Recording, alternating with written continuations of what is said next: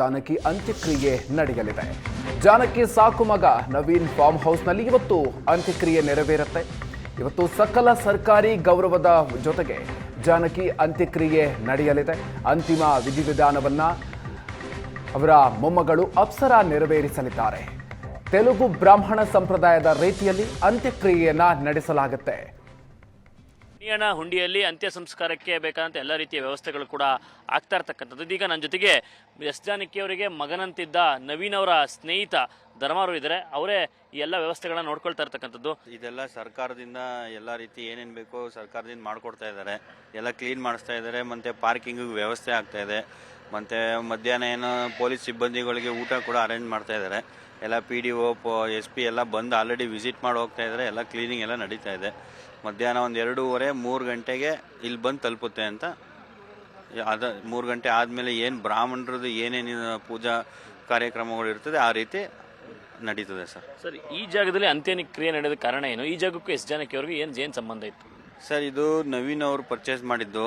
ಇದು ಅಮ್ಮಂಗೋಸ್ಕರ ಒಂದು farm house ಕಟ್ಟಿ ಅವರು ಕೊನೆ ಕ್ಷಣಗಳು ಕೊನೆ ಕಾಲದಲ್ಲಿ ಇಲ್ಲಿ ಇರಬೇಕು ಅನ್ನೋದು ಅವ್ರ ಆಸೆಗಳಾಗಿತ್ತು. ಇಲ್ಲಿ 4 ವರ್ಷದಿಂದ ಪರ್ಚೇಸ್ ಮಾಡಿ ತುಂಬ ಸಲ ಜಾನಕಿ ಅಮ್ಮ ಅವರು ಇಲ್ಲಿ ಬಂದು ಸಮಯ ಕಳೆದು ಹೋಗಿದ್ದಾರೆ. ಬೆಳಿಗ್ಗೆಯಿಂದ ಸಂಜೆವರೆಗೂ ಸಮಯ ಕಳೆದು ಹೋಗಿದ್ದಾರೆ. ಅಮ್ಮ ನನ್ನ ಕಾಲಾಂತರ ನಂತರ ನಾನು ಇಲ್ಲೇ ಮಾಡಬೇಕು ಅನ್ನೋದು ಅವರು ಕೂಡ ಹೇಳಿದರು. ಅದರಿಂದ ಅದು ಇಲ್ಲೇ ನೆರವೇರ್ತಾ ಇದೆ ಅಷ್ಟೇ ಸರ್. ಯಾವ ರೀತಿ ಆಗುತ್ತೆ ಸರ್ ಅಂತ್ಯ ಸಂಸ್ಕಾರ? ಏನೆಲ್ಲ ವ್ಯವಸ್ಥೆಗಳಾಗ್ತಾ ಇದೆ ಸರ್? ಈಗ ನೀವು ನೋಡ್ತಾ ಇರೋದೆಲ್ಲ ಕ್ಲೀನಿಂಗ್ ಎಲ್ಲ ನಡೀತಾ ಇದೆ. ಇದಾದ್ಮೇಲೆ ಎಲ್ಲ ಪ್ಯಾರಾಗೇಟ್ ಎಲ್ಲ ಪೊಲೀಸವರೆಲ್ಲ ಬಂದು ಆಲ್ರೆಡಿ ಪೊಲೀಸವರೆಲ್ಲ ಬಂದು ಎಲ್ಲ ಎಸ್ ಜಾನಕಿರವರ ಇಚ್ಛೆಯಂತೆ ಅವರ ಅಂತ್ಯಕ್ರಿಯೆ ಕಣಿಯನಹುಂಡಿ ಗ್ರಾಮದಲ್ಲಿ ನಡೆಯುತ್ತೆ. ಅದಕ್ಕೆ ಬೇಕಾದಂಥ ಎಲ್ಲ ರೀತಿಯ ಸಿದ್ಧತೆಗಳು ಕೂಡ ಈಗಾಗಲೇ ಇಲ್ಲಿ ನಡೀತಾ ಇರ್ತಕ್ಕಂಥದ್ದು. ನೀವು ದೃಶ್ಯಗಳಲ್ಲೂ ಕೂಡ ಗಮನಿಸ್ಬೋದು. ಮೈಸೂರು ಜಿಲ್ಲೆಯ HD ಕೋಟೆ ತಾಲೂಕಿನ ಒಂದು ಗಡಿ ಗ್ರಾಮ ಕಣಿಯನಹುಂಡಿ. ಈ ಗ್ರಾಮದಲ್ಲಿ 4 ವರ್ಷಗಳ ಹಿಂದೆ ಅಂದರೆ ಕರೋನಾ ಸಮಯದಲ್ಲಿ ಎಸ್ ಜಾನಕಿರವರು ಅಂದರೆ ಅವರ ಸಾಕು ಮಗ ನವೀನ್ ರವರು ಈ ಗ್ರಾಮದಲ್ಲಿ 2 ಎಕರೆ 20 ಗುಂಟೆ ಜಾಗವನ್ನು ಖರೀದಿ ಮಾಡಿದರು. ಅಂದರೆ ಈ ಕಣಿಯನಹುಂಡಿ ಇರ್ತಕ್ಕಂಥದ್ದು ಅರಣ್ಯ ಪ್ರದೇಶದ ಮಧ್ಯದಲ್ಲಿ. ಈ ಜಾಗಕ್ಕೆ ನೆಟ್ವರ್ಕ್ ಸಹ ಸಿಗೋದಿಲ್ಲ. ಒಂದು ನೆಮ್ಮದಿಯ ವಾತಾವರಣ ಈ ಜಾಗದಲ್ಲಿದೆ. ಆ ಸಿಟಿಯ ಜಂಜಾಟದಿಂದ ಹೊರಬಂದು ಈ ನೆಮ್ಮದಿಯ ಜಾಗದಲ್ಲಿ ನನ್ನ ಕೊನೆಯ ದಿನಗಳನ್ನು ಕಳಿಬೇಕು ಅನ್ನುವಂಥದ್ದು ಎಸ್ ಜಾನಕಿರವರ ಆಸೆ ಆಗಿತ್ತು. ಆ ಕಾರಣಕ್ಕಾಗಿ 4 ವರ್ಷಗಳ ಹಿಂದೆ ಈ ಕಣಿಯನಹುಂಡಿ ಜಾಗದಲ್ಲಿ ಈ 2 ಎಕರೆ 20 ಗುಂಟೆ ಜಾಗವನ್ನು ಖರೀದಿ ಮಾಡಿದರು. ಆಗಾಗ್ಗೆ ಎಸ್ ಜಾನಕಿರವರು ಈ ಜಾಗಕ್ಕೆ ಬಂದು ಅಂದರೆ ಬೆಳಿಗ್ಗೆ ಬಂದವರು ಸಂಜೆ ತನಕ ಈ ಜಾಗದಲ್ಲಿ ಇದ್ದು ಒಂದು ದಿನಗಳನ್ನು ಕಳೆದು ಹೋಗ್ತಾ ಇದ್ರು. ಅಂದರೆ ಮುಂದಿನ ದಿನಗಳಲ್ಲಿ ಈ ಜಾಗವನ್ನು ತೋಟವನ್ನಾಗಿ ಅಭಿವೃದ್ಧಿಪಡಿಸಬೇಕು, ಇಲ್ಲಿ ಒಂದು ತೋಟದ ಮನೆ ಆಗಬೇಕು, ಅಲ್ಲಿ ನನ್ನ ಕಡೆಯ ದಿನಗಳನ್ನು ಕಳಿಬೇಕು ಅನ್ನುವಂಥ ಆಸೆಯನ್ನು ಕೂಡ ಎಸ್ ಜಾನಕಿರವರು ವ್ಯಕ್ತಪಡಿಸಿದರು. ಅದೇ ರೀತಿಯಾಗಿ ತಾನು ವಿಧಿವಶರಾದ ನಂತರದಲ್ಲಿ ಇದೇ ಜಾಗದಲ್ಲಿ ತನ್ನ ಅಂತ್ಯ ಸಂಸ್ಕಾರ ಆಗಬೇಕು ಅನ್ನುವಂಥ ಆಸೆಯನ್ನು ಕೂಡ ಅವರು ವ್ಯಕ್ತಪಡಿಸಿದರು. ಇದೀಗ ದುರಾದೃಷ್ಟವಶಾತ್ ಎಸ್ ಜಾನಕಿರವರು ತನ್ನ ಕೋಟ್ಯಾಂತರ ಅಭಿಮಾನಿಗಳನ್ನು ಬಿಟ್ಟು ಆಗಲಿರ್ತಕ್ಕಂಥದ್ದು ಸಂಗೀತ ಕ್ಷೇತ್ರಕ್ಕೆ ಒಂದು ತುಂಬಲಾರದ ನಷ್ಟ.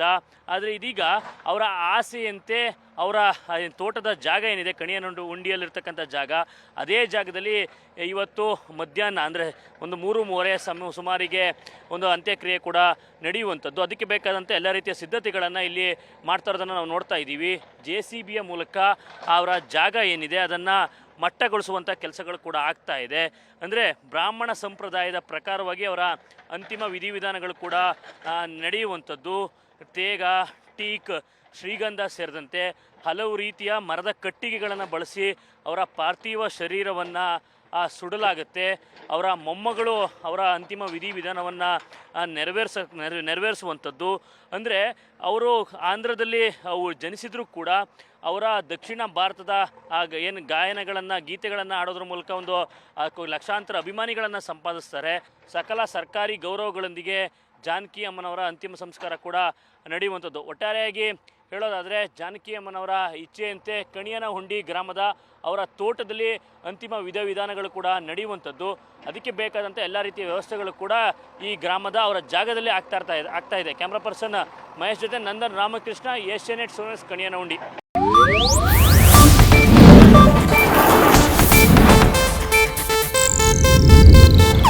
ಇದು ಏಷ್ಯಾನೆಟ್ ನ್ಯೂಸ್ ನೆಟ್ವರ್ಕ್ ಪ್ರಸ್ತುತಿ.